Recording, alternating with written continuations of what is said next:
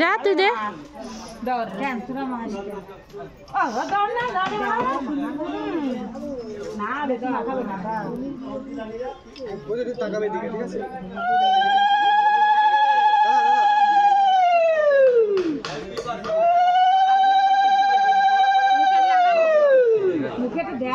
আরে মাস্ক লাগাবে তো দিয়ে দে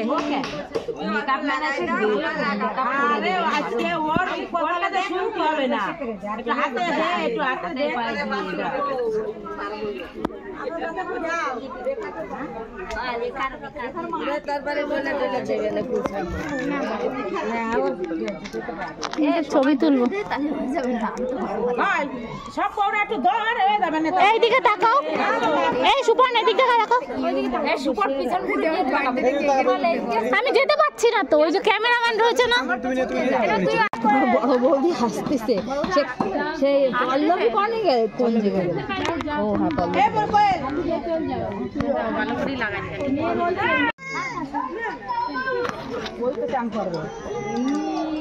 পল্লবী আমি মুখটা তুলতে চাই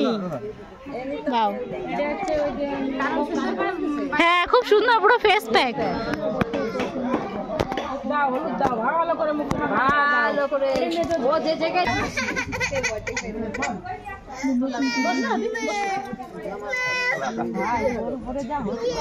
কি টর্চার করতে রে ভাই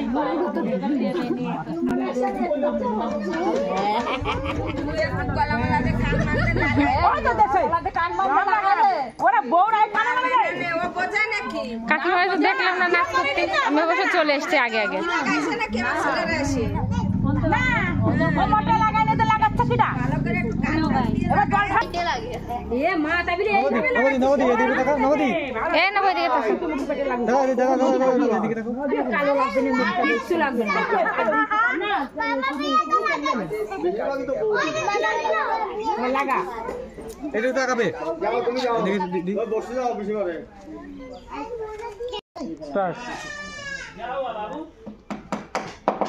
সবাই দিকে সবাই দিকে সবাই দিকে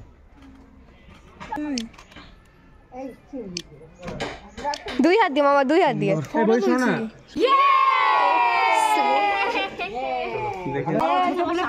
লম্বার বড় কথা বলছি এই নব ঢোকো দেখি তারপর সামনে যা তারপর আমি এটা মাত্র সামনে আয় দাঁড়াও সবচেয়ে ছোটটা এইটা আইতে ছোট মালটা থাকবে কেমনি হলো না তো ব্যাপারটা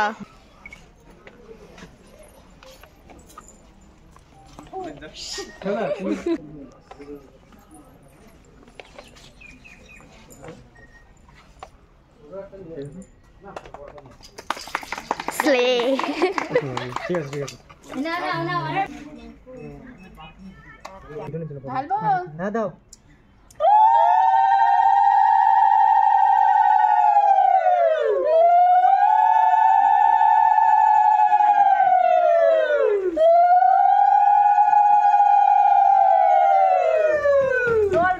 তো ভাইয়ের বিয়ের বরযাত্রী যাওয়ার জন্য আমি পুরোপুরি রেডি আর কথাগুলো আমাকে ভয়েস ওভার করতে হচ্ছে কারণ বাইরে বাজনা বাজছে কি বলতো আগে আমি 3বার ভিডিও এডিট করেছি মানে এর আগে একটা তো 3 দিন ধরে আমি ভিডিও ছাড়তে পারছি না 3 দিন আমার কপিরাইট এসে গেছে জানি না আমি সব কিছু কেটে দিচ্ছি তবুও যাই হোক এত ভারী লেহেঙ্গা পরে আমি আর কিচ্ছু করতে পারছি না তার জন্য বোন ওই যে সোনামাকে রেডি করে দিচ্ছে আমার সাজটা একটু বেশিই হয়ে গেছে যেহেতু মেয়ে আমার ছোট আমার এত ছোট্ট সোনামাকে নিয়ে বরযাত্রী যাওয়াটা একটু রিস্কি হয়ে যায় তবুও ভাইয়ের বিয়ে তো আর বারবার আসবে না দেওরের বিয়ে বলে কথা তো তার জন্যে যাই হোক, যার বিয়ে তাকেই তো দেখানো হয়নি। এই যে আমার মিষ্টি দেওর, কত সুন্দর লাগছে তাই না ওকে।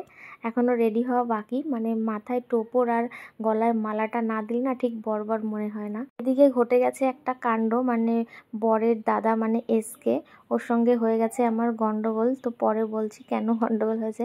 তার আগে ভাইকে একটু ফুল লুক দেখাচ্ছিলাম, আর ভাই ভীষণ কনফিউজ যে হাতাটা গোটাবে না হচ্ছে ছেড়ে দেবে, তাই জিজ্ঞাসা করছিল। ক্যামেরাটা এখন আমার হাতে, আমি সবাইকে ঘুরে ঘুরে দেখে বেড়াচ্ছি। এই যে বোন রেডি হয়েছে, আর এই দেখো গন্ডগোলের কারণ বলছিলাম না, এসকে যে রেডি হয়েছে, ও যে ড্রেসটা পরে যাবে সেই ড্রেসটা মানে কোট প্যান্ট কাটিয়েছিল, সেটা এখন দেখে মানে এন্ড মুহূর্তে দেখে যে ছোট হয়ে গেছে। তার আগেও পরে দেখেইনি। কার রাগ না হয় বলো, সেই কথাটা আমি বলেছি দেখে আর কি। ওর সঙ্গে আমার একটু ঝামেলা হয়ে গেছে, তারপর সেটা চেঞ্জ করে এখন হচ্ছে শেরবানি পরেছে। এই যে মার সঙ্গে অনেক মানে কথাবার্তাগুলো আমি কিছুই দিতে পারছি না, ভয়েস ওভার দিতে হচ্ছে বাজনার জন্য আর কি। তো লেহেঙ্গা পরে আমি হয়ে গেছি একদম ডবল, মানে এমনিতে তো অনেক মোটা হয়ে গেছি, তারপরে লেহেঙ্গাটা পরে আরও বেশি মনে হচ্ছে মানে 2 গুণ হয়ে গেছি মনে হচ্ছে। যে দেখছে সেই বলছে তোকে দেখে মনে হচ্ছে যে 2 গুণ মানে 2টো কৃপা মনে হচ্ছে। তো যাই হোক, আমার সাজ তো দেখেই নিলে। আর এই দেখো আমার সোনামার সাজ, ও সোনামাকে যে রেডি করে দিয়েছে ওর মাসিমণি।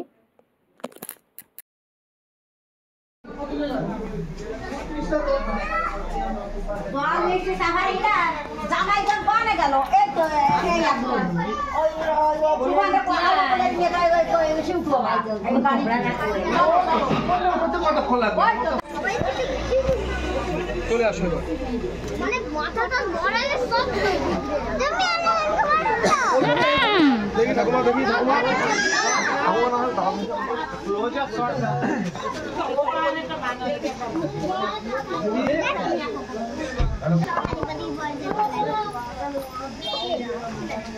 তুই এখন ওই রিলটা বানাতে পারতি লাইট, এই লাইটে বানাও, এখনো টাইম চলে গেছে।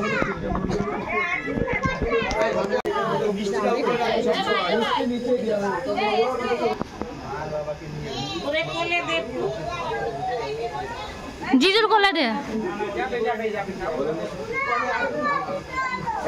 আমার বল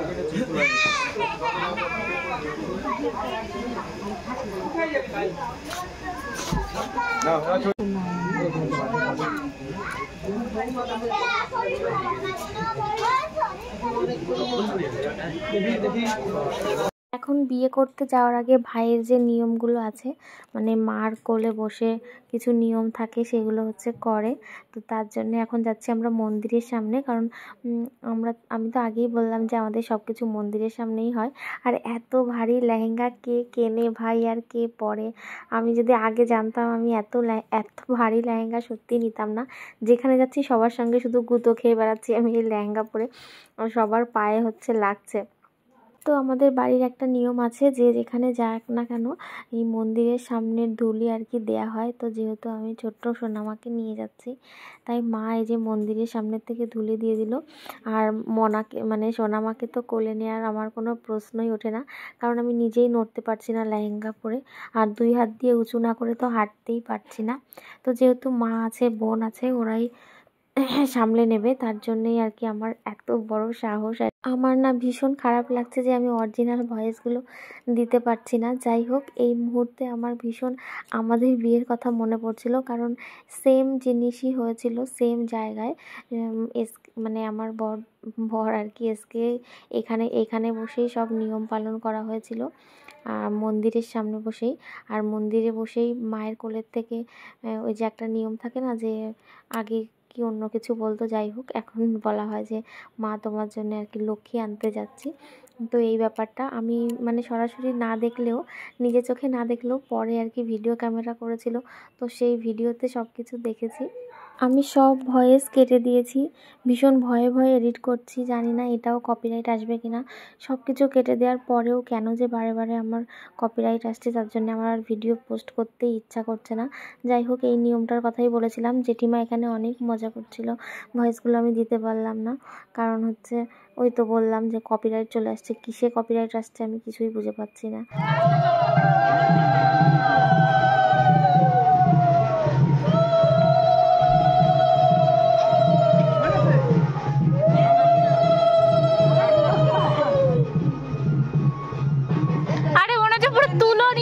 ঘুরছে। চপ্পল নিয়ে আসো। আরে ওঠো না।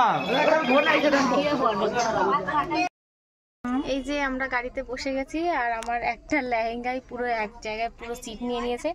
মাসি ভাবছিল বসবে কিন্তু হবে না, তার জন্য মা কোনো রকমে ম্যানেজ করে নেবে। আর এই যে আমার সোনা মা সামনে, ওই যে আমার মা ঘুমাচ্ছে, বোনের কোলে রয়েছে। আর এসকে আসবে আর ভাইয়ের কই তাকাচ্ছ? ও মা, মা কাকুর বিয়েতে যাচ্ছি আমরা। তো এখনই গাড়ি ছাড়বে। আর ভাইয়ের গাড়িতে গেলাম না, কারণ ভাইয়ের গাড়িতে আর যায়নি, দিদিরা গেছে, মানে আমার ননদ ওরা বসছে। যেহেতু ওরা তপনদার বৌদিরা এসছে। হ্যাঁ বললো তো দেখেছি কিন্তু তপনদার বৌদি দেখিনি কিন্তু। হ্যাঁ এসকে তো বললো, তারপরে এসছে মনে হয়, কারণ ওকে ফিট করাতে হয়, তার জন্য আলাদাই যাচ্ছি। ওই যে গাড়ি এখনো ছাড়েনি, ভাইয়ের গাড়ি ওই যে সামনে। আর এই যে আমরা, এই যে মা আসো, মাম্মাকে সেই হোয়াইট কালার ড্রেসটা পরে দিয়েছি, আর জুতোটাও খুব সুন্দর মানিয়েছে ড্রেসটার সঙ্গে। ও মা, আমার সোনামা কই? আমার সোনামা কই? লাইটের জন্য দাঁড়াতে আমরা কোথায় যাচ্ছি? কাকুর বিয়েতে। ওহো, খুব মজা, খুব মজা।